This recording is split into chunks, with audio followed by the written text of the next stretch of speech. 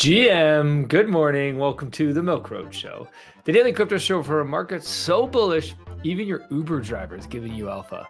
I'm your host, Jay Hamilton. It's Saturday, May the 10th. I hope none of you are actually getting alpha from your Uber driver, even though I'm sure they're asking or talking to you about crypto or Bitcoin or whatever it might be. Now, today's conversation was recorded earlier this week on Tuesday, May 6th. Every Tuesday, the Milk Road Pro research team meets where we take a step back and we think about what are the trends, what's happening in the market right now, and where is the signal amongst all the noise. And holy geez, there's a lot of noise right now.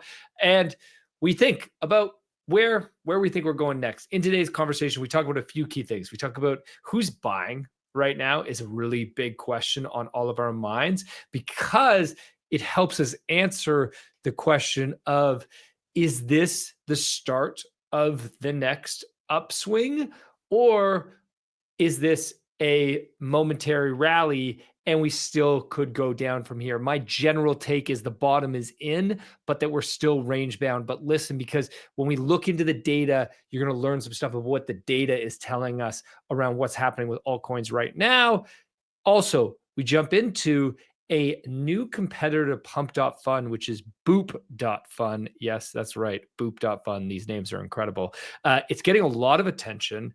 And we're going to talk about in today's episode this whole space of meme coins and meme coin launch pads and the difference in the setup for Boop versus Pump.fun, and really if you should be paying attention to Boop and what there is to learn there. We're also going to talk about virtuals. Virtuals absolutely flying this past week. What's going on there? What's causing that? Is that something that we're excited about or something that we think you should be avoiding? We'll talk about that and so much more. Before we jump in, make sure you guys check out today. The Milk Road Pro team released an awesome pro report all about why tokens are a bad investment. I know what that sounds like. That sounds crazy. Like, why would tokens be a bad investment? But they talk about why they are a bad investment from a fundamental standpoint, in terms of it'll help you understand which tokens are a good investment, because a lot of them are a bad investment. So check that out. Link is in the show notes if you want to go read that pro report. Today's episode is brought to you by Ledn. Get cash without selling your Bitcoin. It's also brought to you by Coinshift, powering top crypto treasuries with their yield-bearing stablecoin, CSUSDL. Ladies and gentlemen, welcome back to another pro research meeting. I feel like it's been a minute since I've been in one of these, maybe 2 weeks, 3 weeks. I don't know. I'm back. Our pro team is just on vacations on and off right now. We're a little bit of a mess. I'm back. Adrian's here. Martin's gone. He'll be gone for 2. We'll get it sorted. Don't worry, guys. But anyway, we got lots to talk about today. We are going to talk a little bit about markets, when to buy, when to not buy, what's going on in the markets, like who are the actual buyers right now. Have a little discussion there. And then we're going to move into the Memecoin AI side of things. They had a moment, let's call it last week, or maybe it's been 2 weeks now. I'm not sure. They've had a bit of a moment, some of it coming from Boop. If you guys have heard of this, if you haven't, Adrian's going to walk us through what the heck is Boop.fun. And then we'll touch a little bit on things like virtuals and other things going on in the AI space. So we'll kind of wrap things up there. How do we want to start this one off? Should we just kind of have a chat about markets? Jay, you've been interviewing people consistently every day. What's going on in the markets at the moment? Just, is everyone bullish, bearish? I feel like we're kind of mixed. Yeah, I would say the general consensus, and I would agree, there's real mix right now, but the general consensus is short term, nobody knows. Not everybody, a lot still believe we're in a pullback within a bull cycle. We end the year higher. Everybody's very bullish on Bitcoin. Like, that trade feels quite obvious right now. Altcoins, most people are wait and see, because there's just not a lot of liquidity in the markets right now. There's a lot of geopolitical and macroeconomic risk, a lot of headline risk. So everyone's wait and see. But within all of that, we're having this like rally that I'm trying to wrap my head around. So would love to hear what you guys think about. I don't know who's buying altcoins right now, but somebody is. All right, before we get into altcoins, let's stay zoomed out a little bit. Let's just kind of chat about markets. To me, it feels like we're kind of doing something similar to COVID, right? If you're investing in markets 5 years ago, we had this moment where, I mean, everything got shut down, right? Everyone was so uncertain about about the economy. And it was kind of like, we puked, now way worse than we did here, but obviously pretty bad. And then it was like, we had this huge rally in like, I think it was like March, April. And everyone's like, why are we going up? Like, we're still in lockdown. We're still shut down. Like, why are prices going back up? And it feels like that's what just happened. We sort of like, we still are in a trade war. We have had 0 deals. Nothing looks great yet. And yet we are back, like Bitcoin almost at 100K. Now we're down a little bit today as we record, but so it's this weird dynamic. I think markets are kind of seeing through and just kind of saying like, look, we think the trade deals are coming. We think this isn't going to be as bad as everyone thought. And so like we're rallying on that. The question is this a bear market rally or is this a bull trap? Like what is this? Like, do we keep going up from here? I agree with what you said, Jay. I think we do continue to go up eventually. In the short term, who knows? The one advice I would give right now for anyone is like, obviously these are very uncertain times. And so you're actually betting more on like sentiment, right? Like that's kind of what's happening. Like, are people feeling bullish enough or are they feeling too bearish? And that's kind of what's driving markets. News doesn't matter. Like we've had so much good news in crypto and it hasn't moved the price. Even macro isn't even moving the price all that much. And so I tweeted this out yesterday and just said, the time to buy is not when everyone is bullish. The time to buy are moments like the last few weeks when everyone was bearish. Right now, everyone's views are mixed. This is the time to do nothing. Wait for the next time everyone agrees, then do the opposite of whatever that is. This is literally the key to investing. It's just really, really hard to do. So like we put out on April, I think 8th, a call where we bought the dip. We put it out to our pro members. That, at least so far, was pretty much the very bottom. The reason we bought was not because we knew that trade deals were coming or we thought the economy was going to be fine. We actually had no idea. What we knew was just everyone was like doomers, like full on. Like everyone's like, the world's ending, economies are fucked, like we're screwed, we're going into a war with China. It's game over basically. And in those moments, we had no idea, would we get trade deals? We don't have the clarity we have now. I don't even remember if there was a pause at that point. I don't think we had a pause then, the 90-day pause. We just were like, okay, you never get where everyone is max bearish and everyone has agreed that like the world's ending. Always buy at that moment, right? And then what you got to remember, and this is why we got bearish back in December, was everyone was euphoric when Trump won. Everyone was super excited. US is going to be the greatest country in the world. Stocks are going to the moon. Bitcoin, crypto going to the moon. And we're like, okay, if everyone agrees, it's time to get out. And so like right now we're in the moment where do you buy, do you not buy? And it's like, probably you do nothing. Or if you're dollar cost averaging, you just keep DCAing, but you don't make any big moves here because as Jay said, he's been interviewing, 5 people every week about markets.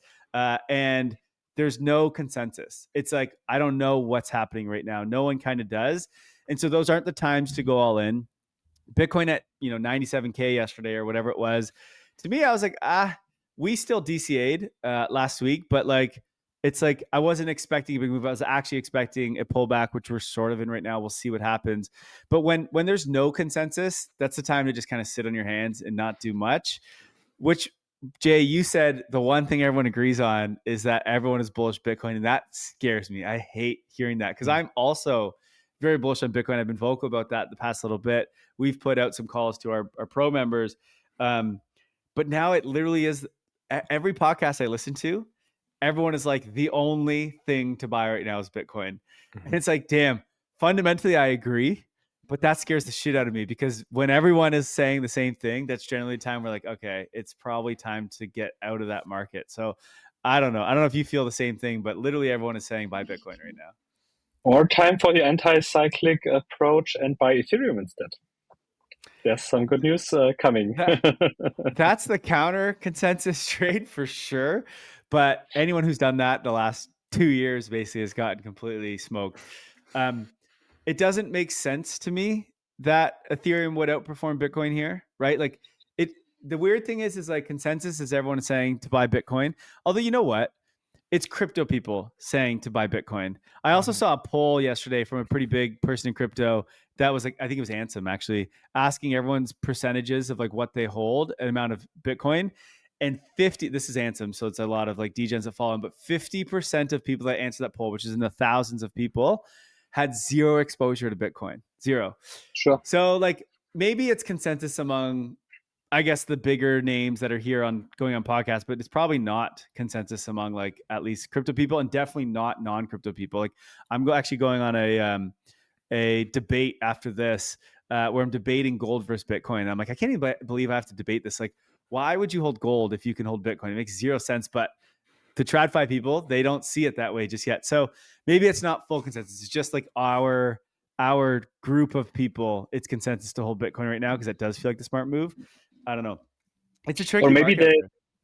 maybe the diversified approach is also a good idea, because gold performed quite well, and typically when it stops performing, when it's in the correction a little bit, Bitcoin comes. So the rotation from gold into Bitcoin would actually be the trade.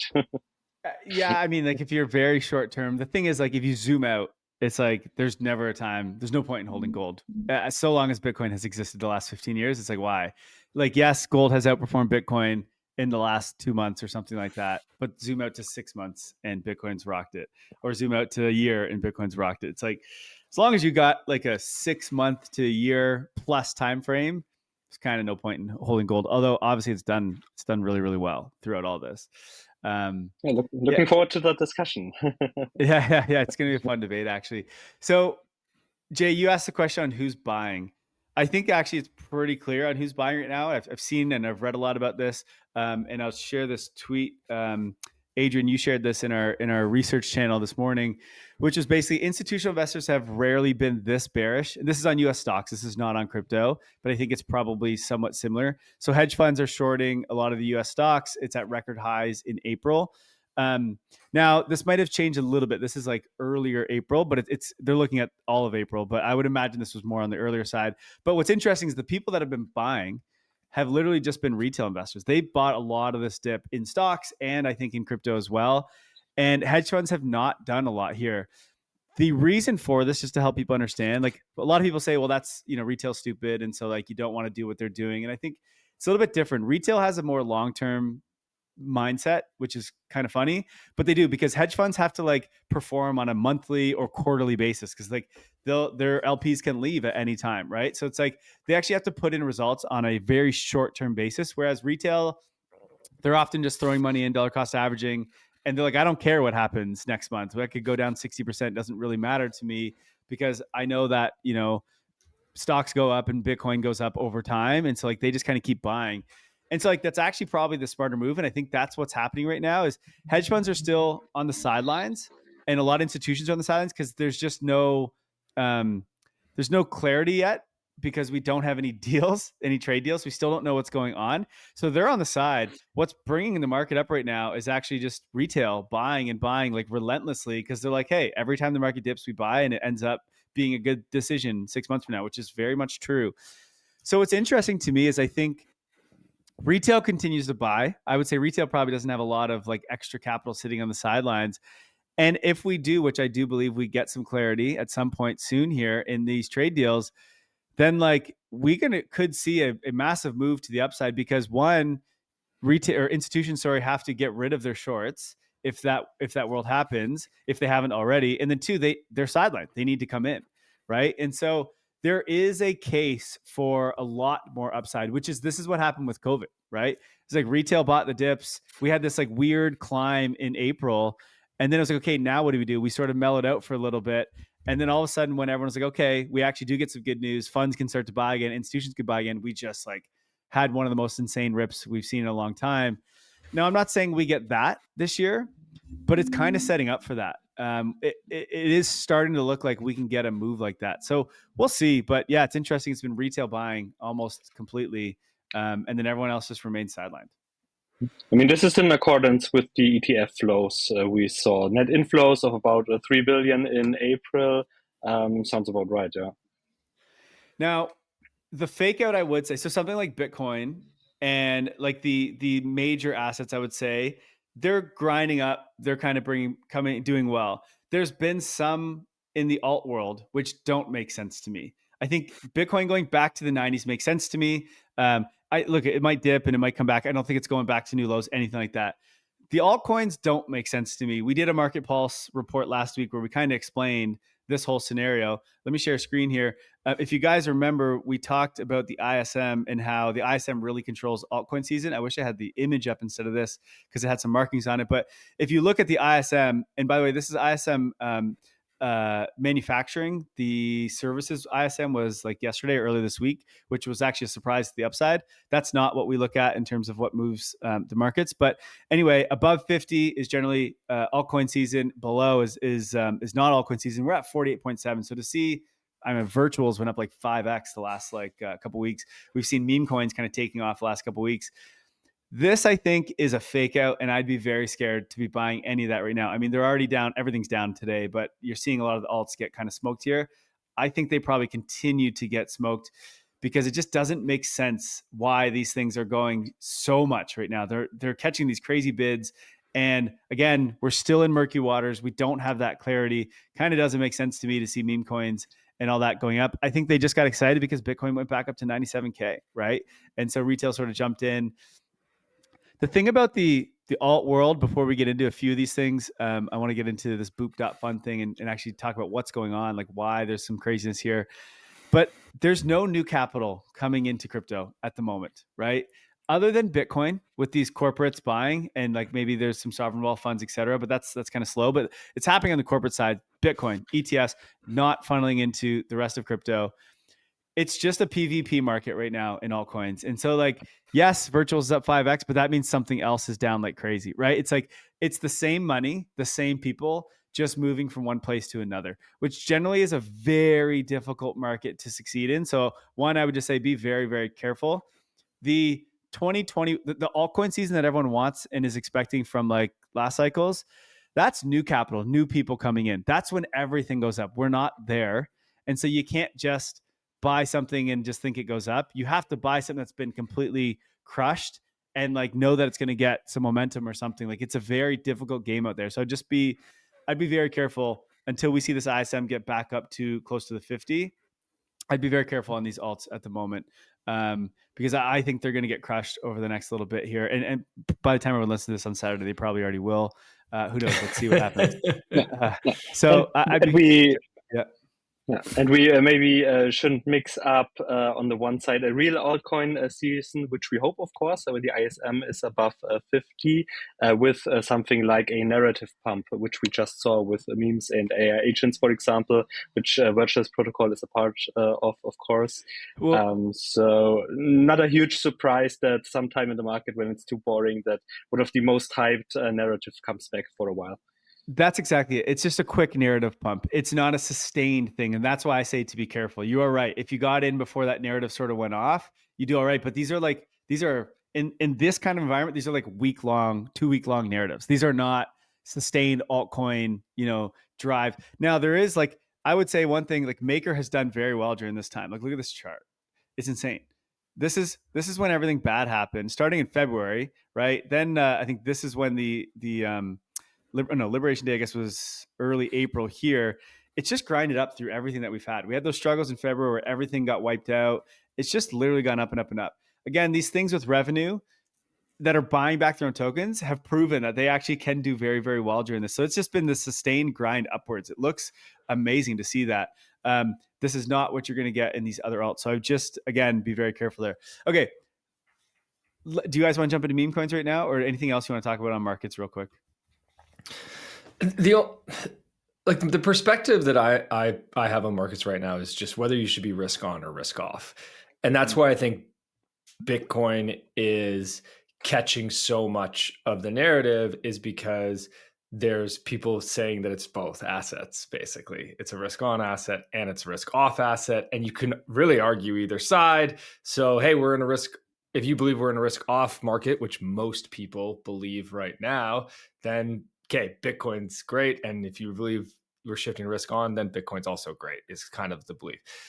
The best way to understand Bitcoin, just on that note real quick there, is when there's a risk off moment, like Liberation Day or the yen carry trade that fell through last year or the banking crisis, in those risk off moments where everyone is like, holy shit, I'm scared. There's like a liquidity crunch where everyone just needs to sell to cover like leverage. Bitcoin pukes. But then as soon as that's over with, that's the best time to buy Bitcoin, because then, like you said, it is also a risk off asset, but not in the moment where things go risk off. That's the difference between gold usually stays strong during those like liquidity events and then goes up from there. Bitcoin pukes and then goes up from there, but goes up a lot faster than gold. So like it'll still puke, which is what trips people out and says it's not a risk off asset. But then it, like as it's done, then it grinds and does really well when fear and uncertainty exists, which most of the alts and things don't do that. Most stocks don't do that. That's kind of a Bitcoin gold thing only. So it's a weird, interesting asset. And I think it's because it's still trying to figure out what it is. Is it risk on or is it risk off? And people, it's a bit of both, like you said. But maybe it's not a binary world. And is this question really so relevant? Because we are not traders here. Most of our viewers aren't as well. So if you're holding good assets, revenue generating assets, the majors, basically, do you really have to care so much whether it's a risk on or risk off market? When you DCA as well, when you have an income? Not in terms of your investment decisions on a day-to-day basis, but to help you kind of understand the market in these assets. I think it is useful to try to understand that, especially because like we made a move on April 8th or whatever to buy. And it was like, should we buy or not? And that was a very risk off day, right? That was like one of the worst days in history. But knowing what I just explained of like, okay, Bitcoin should puke today. It did puke, but it will climb back before everything else because of this. It's more works like gold. And so buying a bunch on that day was a very, very smart move. And that worked out really well. So I think it's useful, but it doesn't, I agree. It doesn't mean you should trade in and out of this stuff. We definitely don't do any of that. We didn't sell anything. We just bought more. That's what retail does, right? Isn't that what we just explained? Just keep buying. Forever. Yeah. All right. You want to move into meme coins? Or Jay, sorry, I cut you off. Why don't you finish your thought? No, I'm using this risk on, risk off framing to try to understand where the markets are going beyond where the non-Bitcoin and gold assets are going, the rest, everything else, right? And this is why I'm having a difficult time understanding what's happening right now, because to me, we are still in a risk off environment. Everything to me says that we should still be in that environment, but then the markets are showing risk on. And that's not something that gives me confidence and makes me think, oh yeah, now's the time to buy and to allocate assets. But isn't it always like that? It always feels like shit when you're buying, but that's exactly the right time. To buy. Yeah, should. I would say markets aren't showing risk on. I mean, okay, there's little pockets in alts, but I don't use that to tell me what is going on in markets. I would say markets are not risk on. They're just mean reverting back to kind of the norm. Like we're back at prices we were before Liberation Day happened. We're not going back to all-time highs or that kind of stuff. So it's like, just feels like we're just kind of back to normal. And now it's the decision of, are we going to go risk on or are we going to go risk off, which is not a necessarily a good time to be plowing a bunch of money into it. That was 3 weeks ago, right? And so anyway, hopefully that helps people kind of understand. As you said, Jay, and I think what most people are saying, by the end of the year, I think we're up. I am for alts, I am like, I don't know why they would go up right now. Stocks, I don't necessarily know why they would go up right now. It doesn't make sense with the current backdrop with tariffs, et cetera. Even the macro doesn't give a reason for you to really go up in price. And even if tariffs go away, it's going to take a little bit for that to get figured out. Because again, the Fed hasn't pivoted. These trade deals haven't gone away. Even if they do go away, and I don't think they will, there'll be some sort of 10% or 15% or whatever. It's not going to be the 100 or whatever. There's still something, and that's still going to keep things slower than they could have been or should be. And so I'm not overly bullish on much except for Bitcoin, which is wild. I see Bitcoin as a great play to get through all this. So that's until the deals go away or until we see what the deals are. That's the key thing. But anyway, let's move into the craziness that's happened in crypto over the last week for whatever reason. Meme coins have had a bit of a moment. Why don't you walk us through, Adrian? Let's start with Boop, because that gives us a little bit of context on what's happening and why there's some excitement, and then we'll move into others. Sure. Boop with a P, not a B.fun, might actually be an alternative to Pump.fun, which is very interesting because Pump.fun is one of the biggest, most revenue generating protocols of the last year. I think they had something like 620 million in fees generated, which is just huge. And when we are thinking research, when we are going into these meetings, we always have 5 questions to answer. And the first one is basically, might Boop.fun actually be a viable alternative to Pump.fun and give us even the possibility to get token exposure? And why does all of this even matter? Why are meme coins still relevant and interesting? They are basically, when we check a meme coin DEX volume on Solana, they're responsible for about, right now, 45% of the DEX volume, and therefore for a big part of revenue, of course. But just in the end of April, for example, we already had 65% of DEX volume on meme coins. So it was almost 2/3, which is just huge. We think we are in such a risk-off environment, but on Solana, the casino is actually still going on like always. So the degens are gambling and they won't stop. Selling your Bitcoin should be a last resort when you need cash. That's why there's Ledn, the trusted platform for Bitcoin-backed loans. You can unlock cash in as little as 18 hours with no monthly interest payments and no prepayment penalties. They've issued over 9 billion in loans and never lost a single Satoshi of client funds, even during the chaos of 2022. If you're a long-term hodler, this is the move. Get liquidity without selling at milkroad.com/Ledn, spelled Ledn. Meet USDL, the stablecoin built for institutions and DAOs. Don't just hold basic stablecoins, earn yield, all without compromising security, backed by regulated real-world assets and secured with institutional-grade risk management by our friends at Stakehouse Financial. Put your treasury cash to work, earning native yield and protocol rewards. Built by the team behind Coinshift, which is trusted to manage over 1 billion in business treasuries on chain, including Aave, Gitcoin, and hundreds of leading institutions. CYCS USDL is gaining traction at milkroad.com/Coinshift. You know, just let me just jump in for 1 second. People are always going to degen, and like if you saw the Kentucky Derby, I don't know if anyone watched that. I had it on. I've never watched it before in my life, but I had it on, and a buddy came over just before it was about to start, and I was like, "Oh, the Kentucky Derby's on. You ever watch it?" He's like, "No." And I was like, "Okay, well, let's watch it." And then they were like getting ready, but I wasn't sure when it was going to start, but it was looking like it was going to be any second now. And we went outside. I was just showing him the pool or something, and we came back in 2 minutes later, and it was done. It was over, and I was like, "Holy shit, that was fast!" It was like 2 minutes long. It's all this thing took. Yet the amount of people that bet on this thing, and like I'm talking celebrities, people are like, this is huge. We had Jordy Visser on, and this is a huge thing for him. He writes a newsletter about it. I'm like, how is this thing that's like 2 minutes long that like just makes no sense, but you get, I don't even know, millions, billions probably betting on this. And it's like, it doesn't matter what it is.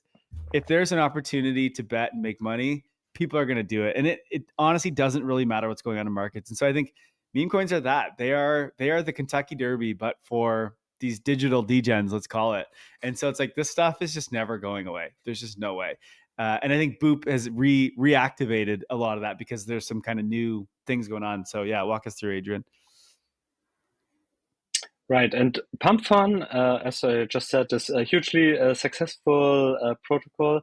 It has some shortcomings because some people accuse it a lot for the value extraction, because all of these fees they are generating, they send this Solana to Kraken and they sell it off. So a lot of pressure for the Sol token, of course. And retail is not able to participate in any way into Pump.fun. The initial investors, of course, when there is at some time a token, they will hugely profit, but retail will most likely be too late. And that's a pity, of course, because this is not at all decentralization and transparency like we most likely want to see it from the crypto side, at least the decentralization fans. And Boop.fun actually proposes a new model that could actually benefit the retail investors when it plays out. It's very, very speculative, of course. But when we check the first key data and observations that we can already make, they have this new model. And in short, you can stake their Boop token, and then you get a cut of 5% of every new successful token that graduates. Graduation is basically when a meme coin goes to market, when it gets liquidity on a DEX and it's tradable. On Boop.fun, you need 400 Solana for the graduation. On Pump.fun, it's a little bit different. It's 69K US dollars.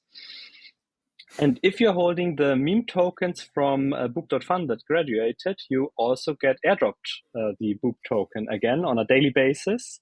And if you trade tokens, then the fees don't just go to the team like it is with Pump.fun, but 60% actually goes to the Boop stakers. So if you stake this token, you are basically participating in the revenue that gets generated by the protocol. And that's something in a token that we actually like to see because it gets a little bit more fundamental, of course, than still highly risky, of course. And the differences to Pump.fun, again, basically what's also cool about Boop.fun is you can use X on Twitter. You can just tag their Beep on Boop bot and create a token with it. Then Twitter? You have the... I can just tweet something and it makes a token? You can tag the bot and then it creates a token for you, yeah. That's wild.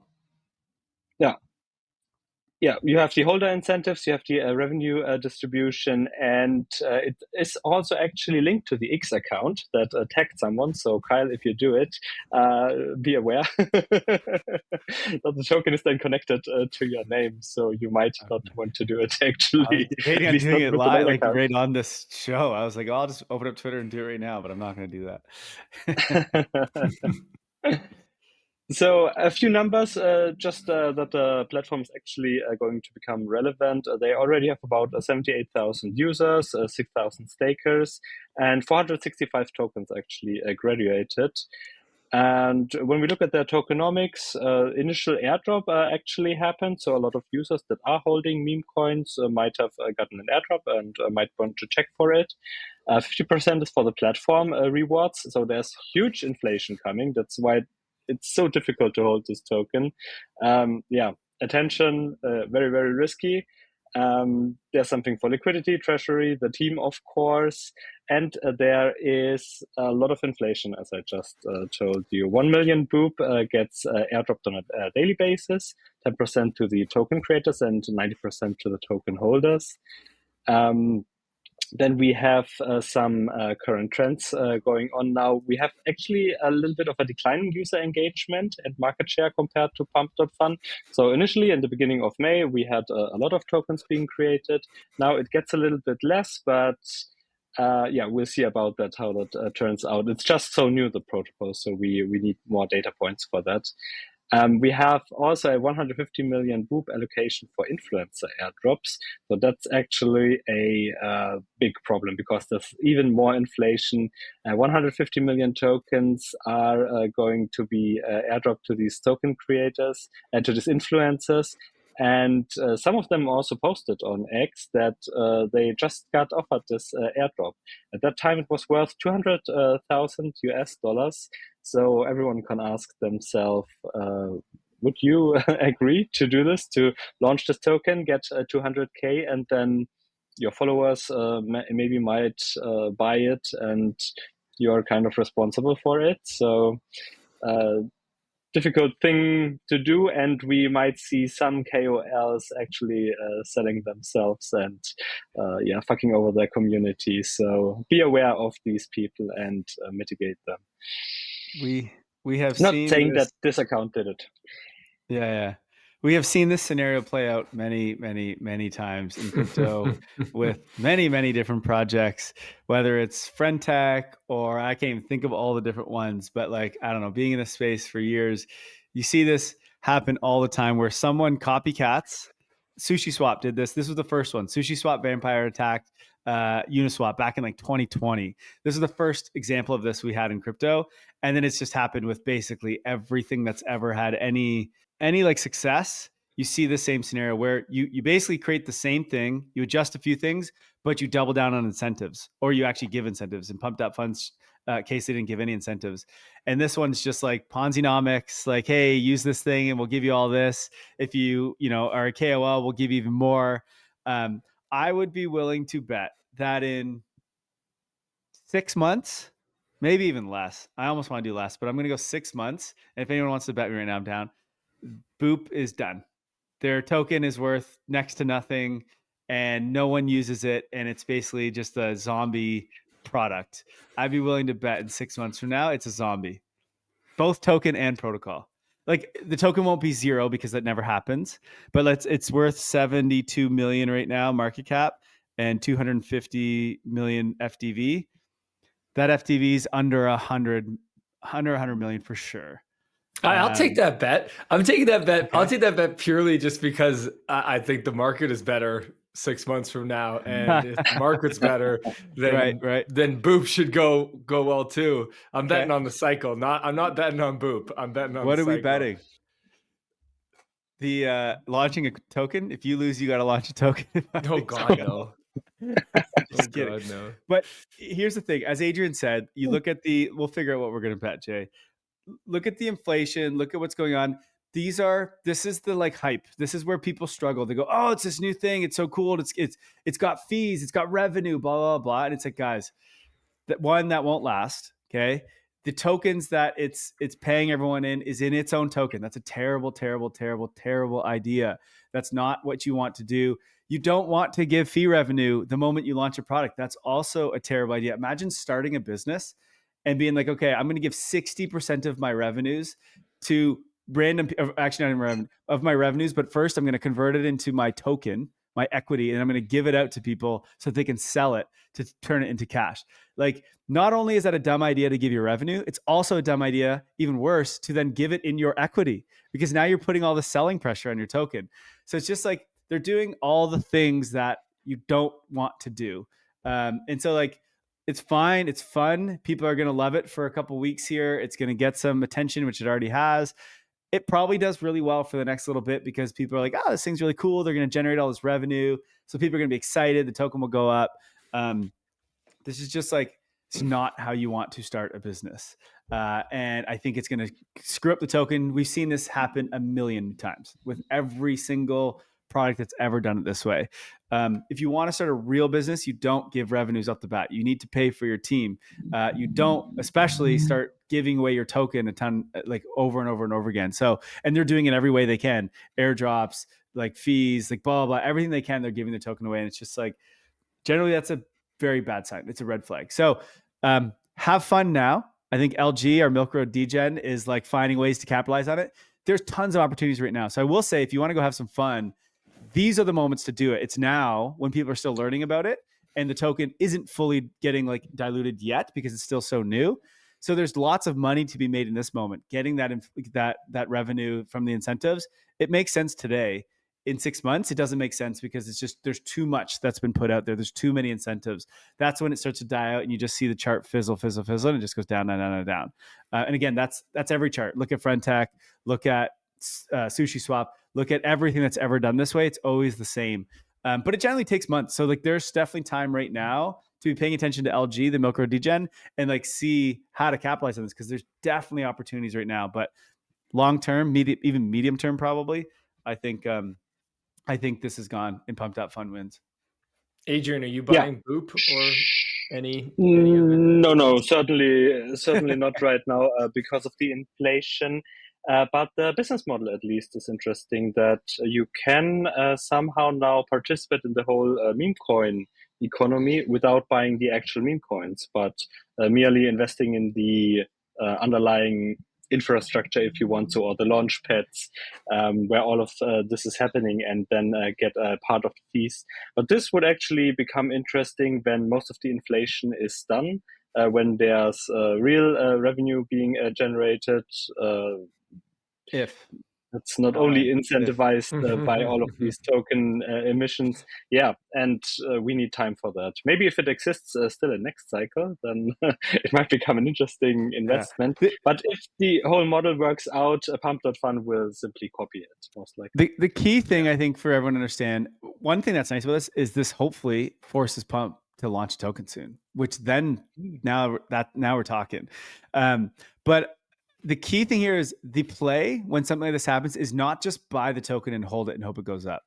It is to go and use the protocol to earn stuff. So you don't have to buy the token. You earn the token. That's how you play. Like DeFi Summer, that was the play, right? You earned all the different tokens, the Uniswaps and the compounds, et cetera. And if you could find ways to earn it in a lower risk way, and you have to be very active, then you can make a shit ton of money. But remember, that's what everyone's doing, which means everyone is earning that thing as revenue and they're selling it, which is why you don't just hold the Boop token, because that probably won't do well, at least like for a sustained amount of time. It might do well right now because it gets some hype and people are talking about a podcast like this. So like it'll catch a little bit of attention. But you want to figure out how to earn it, not buy it. That's the key in when these moments happen. And it's very short-lived. So you can't wait on it either. That's why you follow LG, because he gets on it before anyone gets on it. So if you didn't get an initial airdrop, it might already be too late, and it might not be worth getting into the token right now. Yeah. So actually, as a good example of this, let's just look. So the craziest story, let me just share my screen real quick. Do I still have that up? Yeah.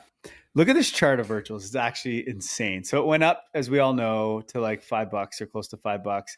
Went all the way down to 46 cents. Okay. This is just in April. All of a sudden, it went up. Like, look at this. Starting on April 20th, all the way until May 2nd. And it went up from 46 cents to $1.78. That is absolutely wild. Now it's already down to $1.45. So, okay, that's not too bad. But just an insane run. And when I look at why, or like what's happened, let me go, I'm on Boop.fun here, but let's go to virtuals. There's no reason. Like it doesn't make any sense. Here's the total agents launched. This is on the weekly. 45 over that week. Like there's actually just been 49 the week before that. Like I'm talking back when virtuals was cool, it was like close to 5,000, right? 2,000. It makes, we went all the way down to 32 in 1 week. That was the lowest we hit. So like we're not much higher off these lows. So for it to, what is that, like a 5x almost in price, to me just makes no sense. But again, if you want to look at a chart from what I'm trying to explain for Boop, here's the hype. We're going to have all this revenue. And then as soon as and then all of a sudden it just dies out, right? Which is like, look at the revenue here. I think this is revenue, this top one here. There was all this revenue, had all this hype. People were excited. And now like it made $4,000 2 weeks ago in a week, which Here's the terrible. interesting thing to me. Look at this. So, okay. So you say virtuals is ripping. The first thing that I look at is I go over and I look at the other AI tokens to see what they're doing, right? So here's AI XBT, same chart, but not the same rep down here, right? Otherwise, chart looks the exact same. But I think it's probably newer tokens that had a moment over the last week is my guess. The old ones are now old. Right. But what I'm saying is like, if we just look at if we look at the AI category, and what are the leaders in the AI category? You had, AI XBT, here's AI 16Z, right? Same, very similar to virtuals. Sure, you could get into the differences of their fundamentals in their business, but like, I think if you're an investor, you're looking at these in very similar ways. Like, and virtuals is the only one that's ripping recently. Yeah, it's weird. It's interesting to see. None of these other ones are. One of the things you got to be aware of in crypto that a lot of people are not, but what's interesting, these guys had a booth at Token, the conference. There are market makers that will either like hold prices that are not natural, so inorganically hold prices somewhere for certain tokens, or they will raise prices for certain tokens. Like if you saw what happened with Mantra a couple weeks ago, where it like was at, I don't know, $5 and went down 95% in like a day. This was probably due to market makers that were being paid to hold a price at a certain price. This often happens after airdrops, where they try to make it look like this is the bottom and it like holds there, or they pump the price. I have no idea if this is happening in virtuals, so don't get me wrong. I think they're a good team. So like, I'm not saying that, but it's just a very inorganic pump that virtuals had. It just feels like, was there some sort of activity there that is, not organic? That's how it looks to me. Because again, there wasn't really any big launches. There wasn't all this crazy new activity for it to go up that much kind of doesn't make a lot of sense. But so these guys that do this, they're basically scams. Like, they're market maker scams. They had a booth at Token. They were selling their services of like, hey, we'll pump your token. That was literally, you could go to their booth and like pay for that service. And I was like, that is absolutely nuts. And that should be illegal. But it's not in crypto yet, especially not in the Middle East or in Asia. And so it's just, you got to be very careful with these like non-liquid or like lower cap things in alts. It's not the same game as investing in like smaller stocks on the NASDAQ. It's not the same. It's nowhere even close to the same. It's weird. And the problem is people see that and then they go, oh, virtuals is back. It's time. Like, then they think, okay, I should buy virtuals, and, or it's like, it's altcoin season. I should buy all these other alts. Right. And it's like, dude, that wasn't even real. Right. If you just looked around, nothing else, it's just a random anomaly. So it's just, you got to be very careful in this space. Like I'm telling you, this alt world is, it's an absolute mess. And the more you start to look into it and understand it, the more scary it is to be. It's not like the more you understand it, the easier it is for you to invest. It's even harder because you're like, holy shit, there's so many things that I can't control and that just actually don't make sense regardless of what's going on. So it's a weird world out there in crypto. And it's getting even worse because there's just, as I said, there's no new people coming in. So there's no new capital. And so it's really just this PvP. And it's like the people that know those market makers and they know what they're going to pump or which ones they're holding up, like they have an edge. If you don't know those people and you're not in on that, you don't have an edge. And it's a very difficult market to do well in. So just be careful. And again, have fun playing it if you want to, but just like allocate accordingly and make it a small percent because the game is stacked against you. It's rigged. The more you know, the bigger the chance to become a Bitcoin maxi. That's actually so good. That's so good. True. Holy shit. That's Now, good. to be fair, there are things in like, so I feel like I've been very bearish on alts. There are things that are succeeding and will do well. There's just not a lot. There's a very small percent. And it's not in the sexy things, right? It's in the stablecoin issuers. It's in the DeFi stuff. It's in the things that have been around for a long time that are just boring and they've just been grinding for years and years. It's like, those are the ones where their tokens actually make sense. They're not doing the funny market maker stuff. They don't care about hype. They're done their incentive programs, right? And they just actually have product market fit and they have revenue. And it's like, it's why Aave has done quite well and Maker has done quite well. And some of these others, they're boring and they're old, but it's like, they're more predictable. Doesn't mean they go up only, right? They're just more predictable because like their businesses and their revenues and their metrics make sense. When you look at something like virtuals or obviously Boop, which has only been around for a couple of weeks, there's just no way to understand it unless you're on the inside, right? Because it just actually doesn't make sense. So it's a difficult world out there.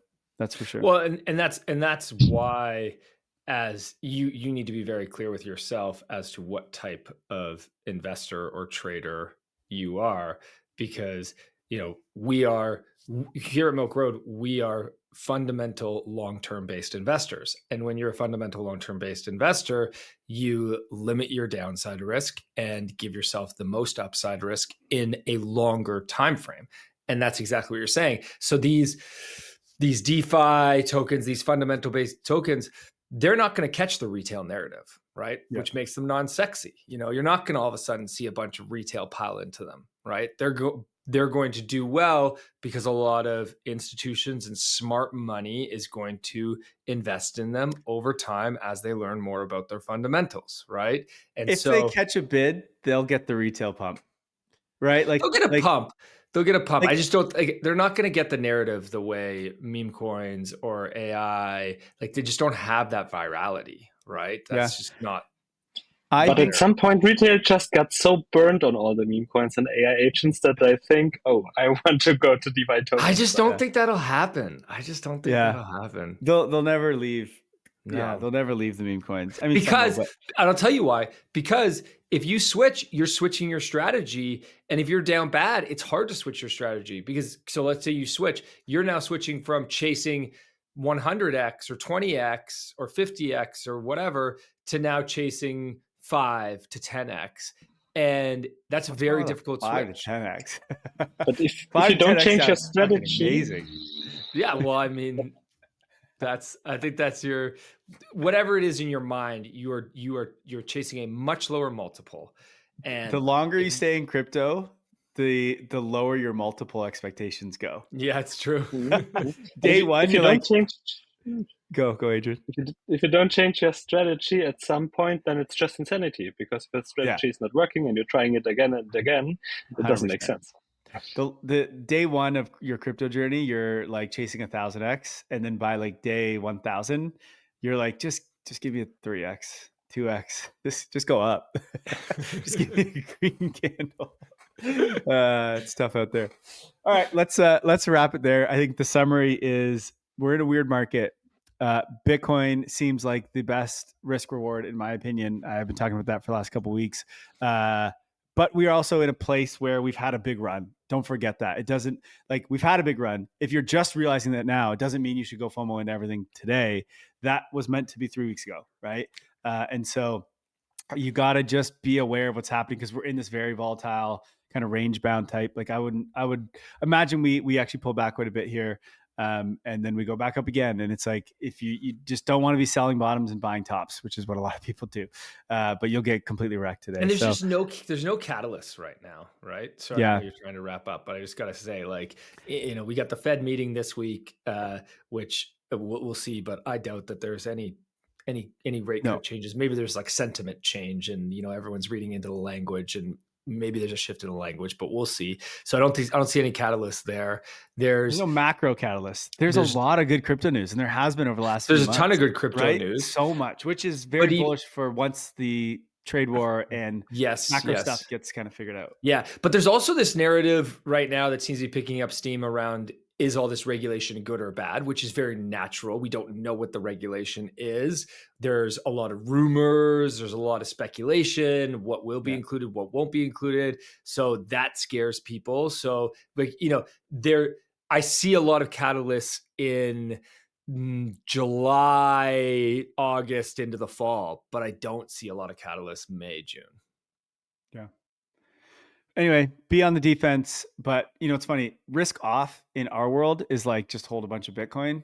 Risk off in anything else is like be in cash or treasuries. My risk off, or our risk off, is like hold Bitcoin, the least riskiest of them all, which is also one of the most highly volatile assets in the world. But hey, that's risky. What it's like to be in crypto. We love that. Anyway, all right, guys, thanks so much for joining. Next week we won't have Martin back, I don't think, but the week after that, we will all be here together, and it'll be back to the norm. So thanks, guys, for joining. This was a lot of fun. Appreciate you guys, and we'll see you in the next one. See you guys. Thanks for listening, and have a wicked awesome day. Thanks for tuning into today's show, y'all. Truly appreciate your time. Before I let you go, I got to tell you about a partnership we have with OKX. OKX, if you don't know it, one of the leading crypto exchanges. Why did we decide to partner with them? Few key reasons. One, they've got lots of really great trading options. They're a great product, really well built. It's also a great place to trade, lots of cost efficiency on your trades there. They got lots of innovative tools, and most importantly, security and trust. Really trust them as a centralized exchange. I think they're one of the best. And right now, if you trade using the link in our show notes, you could get a chance to win 60,000 USDT in cash prizes. So check it out. If you're trading this weekend, you want to do some swaps, check out OKX. Thanks for tuning in, y'all. Have a great day. As always, if you liked today's episode, please hit subscribe and make sure you follow us so you don't miss out on the next one. There's also a link in the description to our free 5-minute daily newsletter where we simplify crypto for you while making you laugh. And if you're willing to step up your crypto investing game, we're going to also leave a link for Milk Road Pro. You get access to our portfolio where you can see exactly what we are buying. This is your number one resource to help you invest successfully in crypto. One final note, this show is for educational purposes only, and nothing we say is financial advice. Investing in crypto or any asset is risky, and you should never invest more than you can afford to lose. Thanks so much for listening, and my friends, have a wicked awesome day.